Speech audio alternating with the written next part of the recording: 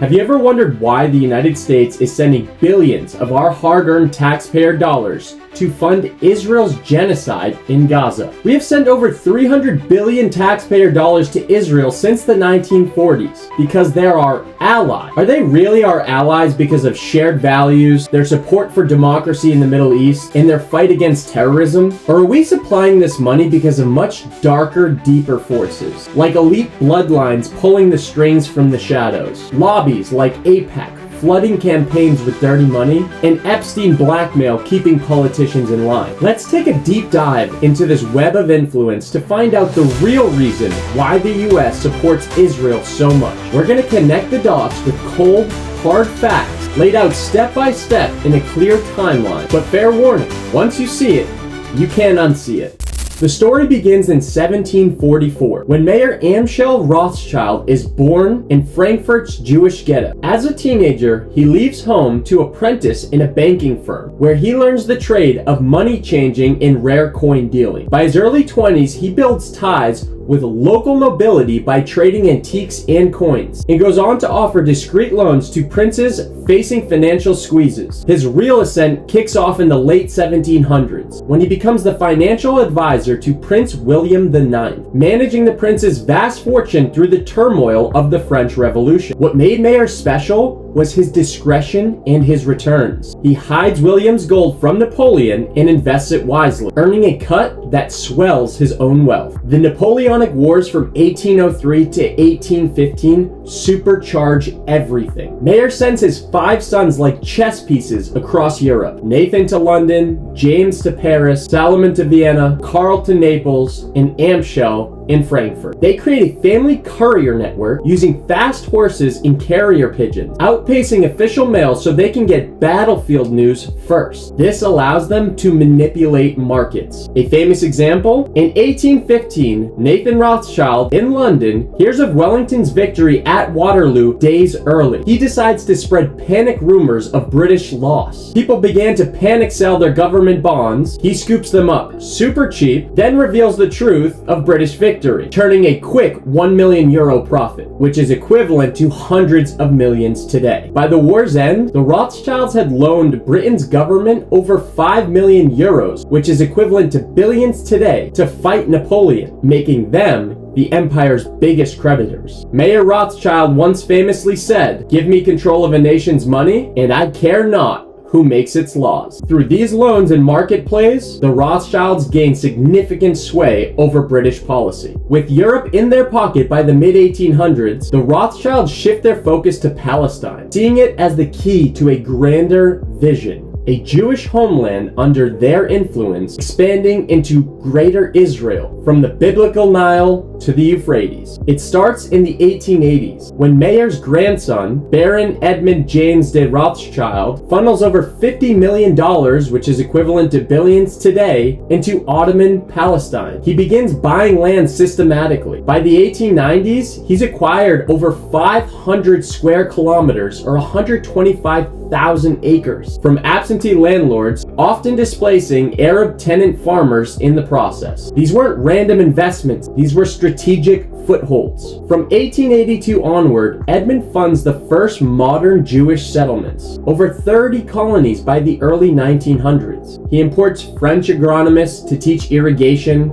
builds wineries, sets up schools, hospitals, and factories, drawing more immigrants and creating self-sustaining Zionist communities. By the 1920s, under the British Mandate after World War I, these communities housed tens of thousands of Jews and control key resources in the region. The settlements go on to become military and economic bases for the future state. Through it all, the Rothschilds' Yad Hanadi Foundation continues to pour funds into the region, shaping its infrastructure. This wasn't charity, this was empire building, laying bricks for Greater Israel, one colony at a time. By the early 1900s, the Rothschilds aren't content with just controlling Britain, so they target America to fund their global agenda. In 1910, a secret meeting unfolds on Jekyll Island, Georgia. There, bankers like Paul Warburg, a German Jewish financier whose brother Max worked with Rothschild firms in Europe, draft a blueprint for a central bank. Warburg pushes for a system that lets private interests control national money. 2 years later, in 1912, President Woodrow Wilson campaigns on banking reform. He signs the Federal Reserve Act on December 23, 1913, thus creating the Fed, a network of 12 regional banks, privately owned but with government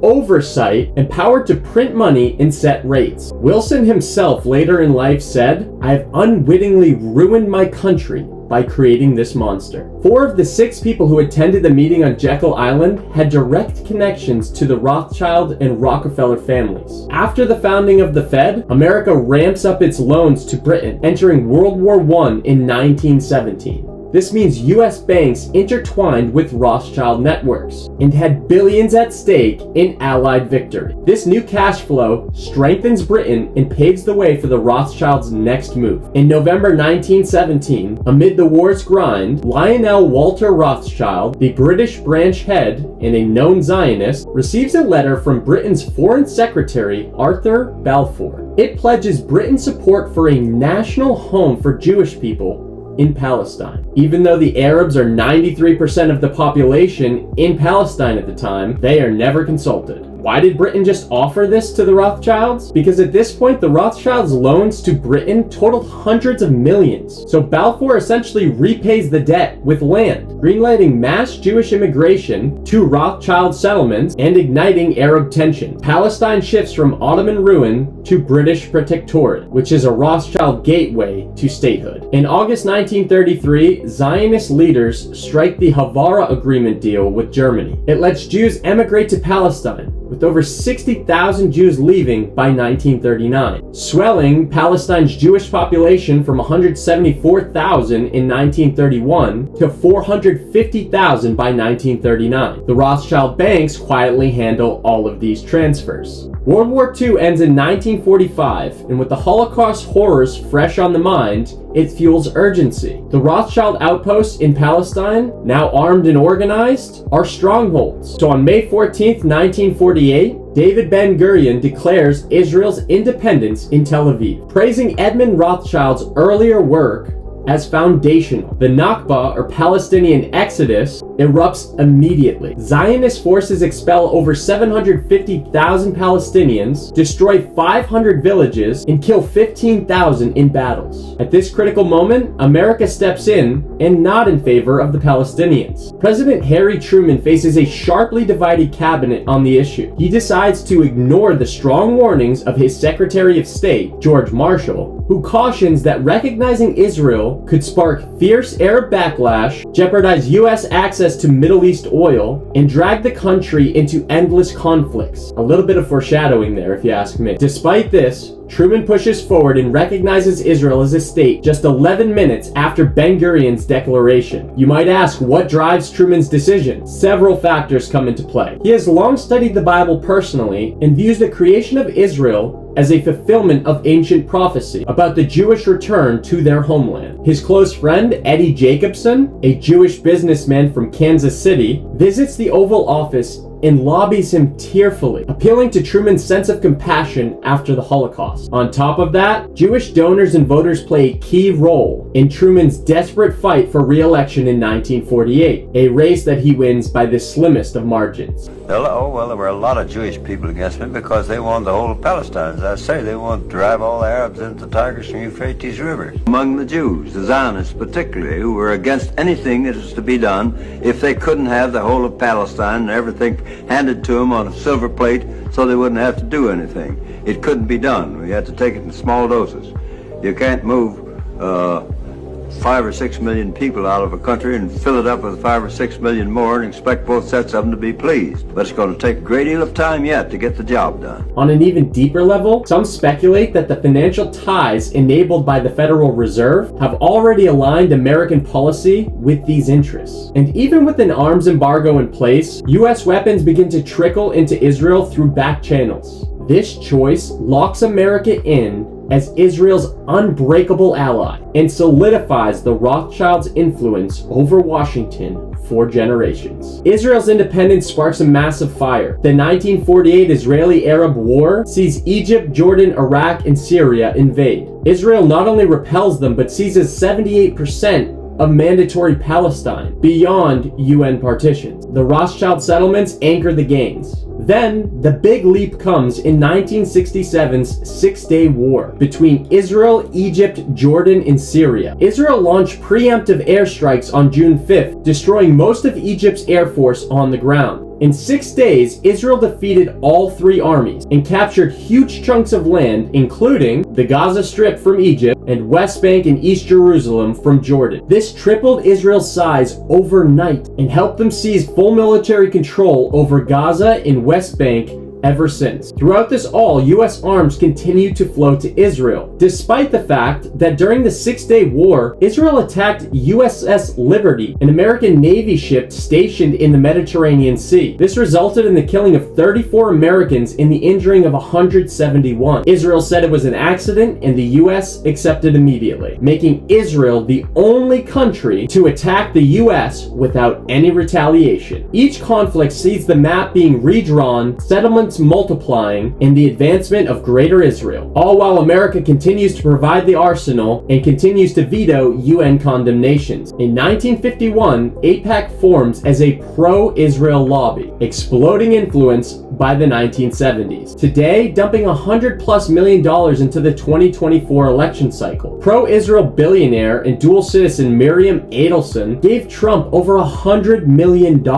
And recently he asked her if she was America first or Israel first, and she couldn't answer, in which Trump concluded she must be Israel first. I'm gonna get her in trouble with this, but I actually asked her once. I said, so Miriam, I know you love Israel. What do you love more, the United States or Israel? She refused to answer. That might mean Israel, I must say.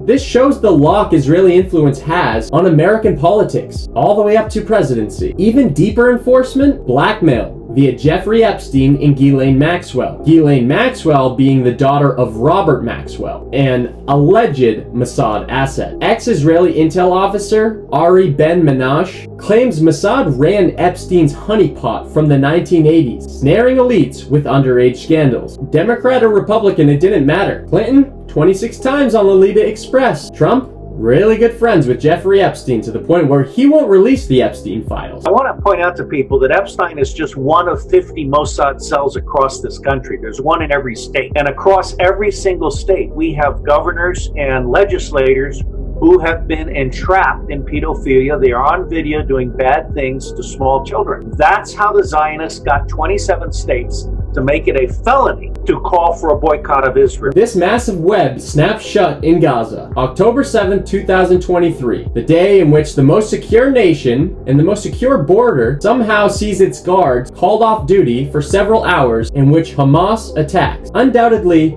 an atrocity. In no situation should innocent lives ever be lost. But Israel's reply to these 1,200 Israeli deaths? 2 years of what UN experts and common sense people call a genocide. As of October 11, 2025, official reports count 67,000 Palestinians dead, with 170,000 injured, and estimates only likely to grow as they continue to go through the rubble. Famine grips 500,000 Palestinians. 90% of them are displaced, and hospitals are now craters. With this new shaky peace deal in place between Israel and Hamas, which they never physically signed, by the way, it was a verbal agreement in which other nations signed, they mark the end of this so-called war, which we know it really wasn't a war. It was all a part of the elite's Greater Israel plan. And the US's role in this was massive. It has sent over $21.7 billion in arms since 2023. This includes F-35s, THAAD systems, and bombs sold bypassing Congress. And your taxes are paying for it all. The Rothschilds' centuries-old blueprint for Greater Israel has played out step by brutal step. From Mayer's loans that conquered Britain and Europe to Edmunds colonies colonies rooting deep in Palestine, the Fed's iron grip on America's wallet, Balfour's stolen promise of land, Truman's fateful nod that sealed the deal, wars carving out territory, AIPAC's continual river of cash to US politicians, Epstein's blackmail silencing everyone, and over 300 billion US taxpayer dollars sent to Israel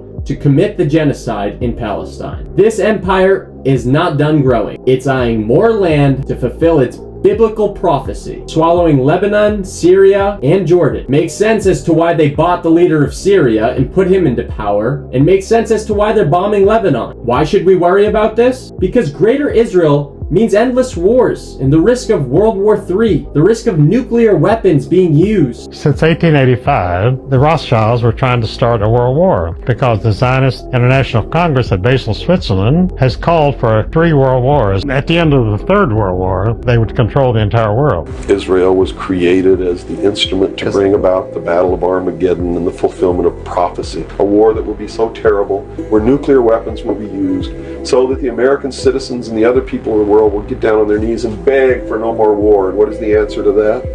They're going to be told the only way we can guarantee no more war is if we destroy the sovereignty of nations and we come together as one humanity in a one world government. Refugees flooding to Western countries, oil instability, and a US forever chained to a mess in the Middle East, bleeding taxpayer dollars and even worse, our own citizens' lives, while the real powers continue to manipulate from the shadows. As ceasefires continue to crumble and the world continues to wake up, ask yourself, how much longer will we let our leaders spend our money and our lives on foreign wars and conflicts rather than investing it in us? Join us at the American Congress Party as we fight to break ties with these old world powers and bring a true golden age to America and the world. My name is Brandon. Thank you for watching.